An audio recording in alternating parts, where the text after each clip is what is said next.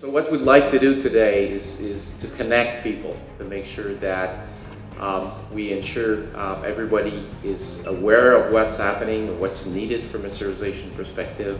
Many companies have started their serialization programs.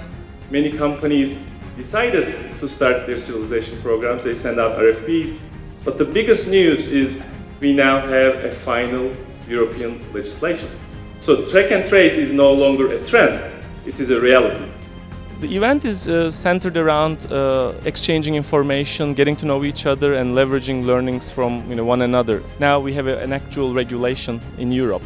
So now US regulation and the European regulation combined, it covers more than 65-70% of the world drug supply. In Europe everything is set in stone and we know the final deadline for the EU FMD.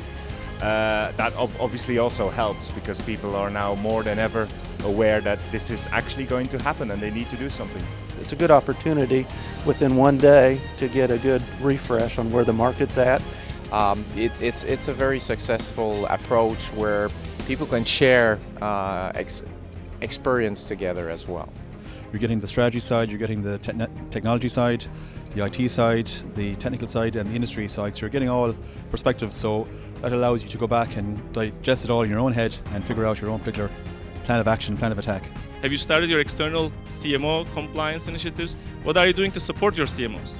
Some of the challenges. The big elephant in the room, financial. Who's going to pay for this?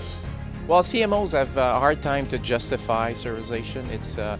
It's a major investment for them. They don't have necessarily the resources internally to do that, but they have to realize that it's going to happen. We have all these legislations. How do we go from legislation to compliance? Who's going to jump first in terms of, look, is it my responsibility, or is it your responsibility? Are you going to send a survey out or should I reach out to you? So I think that's becoming very evident now in terms of waiting us to see who's going to jump first, but I think we just jump together. The CMOs have their timelines and manufacturers have their timelines, and we need to figure out how to bridge those timelines together and work together. I think one of the biggest points that people have to recognize is that it is not just putting a code on a box, but that is affecting your whole organization. And it is not something that you can just put on top of your current processes, but you have really to integrate this. I think we heard it quite often, so 3 years seems to be a lot of time, but it isn't. So I think the key takeaway for all the CMOs should be don't waste any time, start as soon as possible.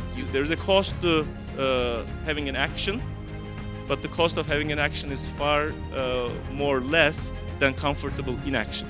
We're all in this together. This is not a pharma company saying, you guys need to go fix it. This is not the party saying, we're waiting for you guys to fix it. I think it's always good to get the CMOs together with the pharma companies so we start to say this is a problem we have to solve together. I think that the most important aspect here is that the ones who have not started can learn from the ones who have started. There's some lesson learned. We're not at the first stage of the whole thing. People have been into some quite complex issues.